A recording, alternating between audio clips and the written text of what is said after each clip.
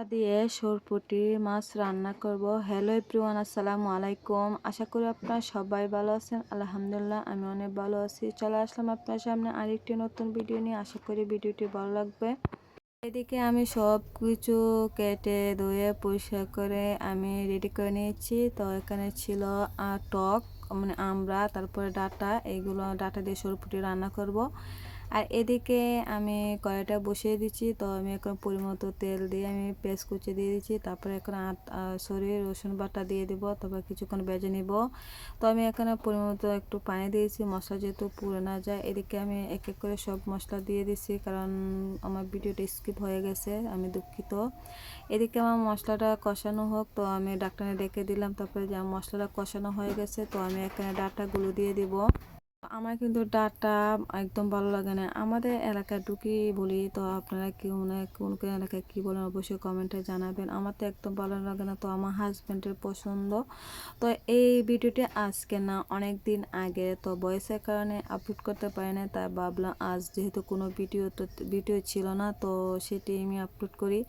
তো এদিকে আমার ডাঁটাগুলো কষানো হয়ে গেছে, আর যতটুকু কষাবেন তরকারির টেস্টটা অনেক ভালো আসবে। এদিকে আমার কষানো হয়ে গেছে, তো আমি মাছটা দিয়ে দিব। আর মাছটা আমি কাঁচা দিব, কারণ টাটকা মাছ খেতে অনেক কাছে আমার কাছে ভালো লাগে। আমার ভাজি করলে কেন যেন আমার একদম ভালো লাগে না, তাই আমি কাছে রান্না করব। তো আমি একটু নাড়া দিয়ে সামান্য পরিমাণ পানি দিয়ে দিলাম, কেন নিচে পুড়ে যাবে, তাই কোনো ঝোল ছিল না। এদিকে যে আমার মাছটা আমার কষানো হয়ে যাচ্ছে, তো আমি এখন আবার একটু নাড়া দিয়ে, তো আমি এক পরিমাণ মতো ঝোলটা দিয়ে আবার ঢাকনাটা ডেকে দেবো। তো আমার পরিমাণ মতো আমি ঝোলটা দিয়ে দিচ্ছি। আমি এখন ভয়েস দিতেছি, কিন্তু টুপটাপ করে বৃষ্টি আওয়াজ শুনবেন আপনারা, প্লিজ একটু ইগনোর করে নেবেন।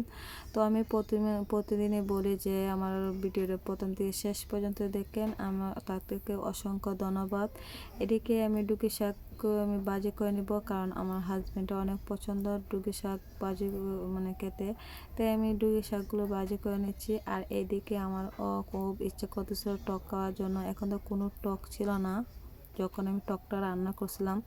আমাদের গাছ একটা কামরাঙা গাছ ছিল, সেই গাছ থেকে পেড়ে নিয়ে আসছি। আর টাটকা টাটকা কামরাঙা দিয়ে তরকারি রান্নার টেস্টটা অনেক ভালো আসে। আর আমি কোনোদিন কিন্তু কামরাঙা তরকারি খাইনি, আজই প্রথম রান্না করছি। আর খেতে কিন্তু ভীষণ মজা হয়েছিল। যখন আমি মানে এই তরকারিটা রান্না করছি, তখন শুধু আমি টক দিয়ে ভাত খেয়েছি, অন্য কোনো কিছু লইনি। আর ডাঁটা তো আমার একদম ভালো লাগে না। তো আমি এখানে মশলাগুলো কষে নিচ্ছি। আর একটা কথা, কিন্তু আমি টক রান্না করার সময় কোনো পেঁয়াজ ইউজ করি না, আমি রসুন দিই। আর রসুন এইভাবে কুচু কুচু করে আমি লাল লাল করে ভেজে নিই। তো আমার মশলাটা কষানো হয়েছে, তো আমি প্রথমে মাছটা দিয়ে দেবো। মাছটা কষিয়ে তারপরে আমি এখানে টক দিব, কারণ টকের সাথে মাছটা দিলে মাছটা সিদ্ধ হবে না, তাই আমি প্রথম মাছটা দিয়ে কষিয়ে নিব।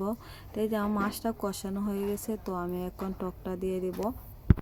আমার ভয়েসের মাঝে অনেক এক্সট্রা নয়েজ আসবে, কারণ আমার মেয়েটা এই পাশের রুমে চিল্লাচিল্লি করতেছে, তো আপনারা প্লিজ একটু ইগনোর করে নেবেন। এদিকে আমার ডাটা তরকারি হয়ে গেছে, তো আমি কাঁচা লঙ্কাগুলো দিয়ে দিলাম। তো আমার রান্নাটা কেমন হয়েছে অবশ্যই কমেন্টে জানাবেন। আর ভিডিওটি ভালো লাগলে অবশ্যই একটি লাইক শেয়ার কমেন্টে জানাবেন। এদিকে আমার টকটাও প্রায় হয়ে গেছে, তো আমি এখন পরিমাণ মতো ঝোলটা দিয়ে যে আমার টকটা হয়ে গেছে। তো আমার টকের তরকারি কেমন হয়েছে অবশ্যই কমেন্টে জানাবে। এদিকে আমার শাকটা হয়ে গেছে। তো আপনারা ভালো থাকুন, সুস্থ থাকুন, আল্লাহ হাফেজ, আসসালামু আলাইকুম।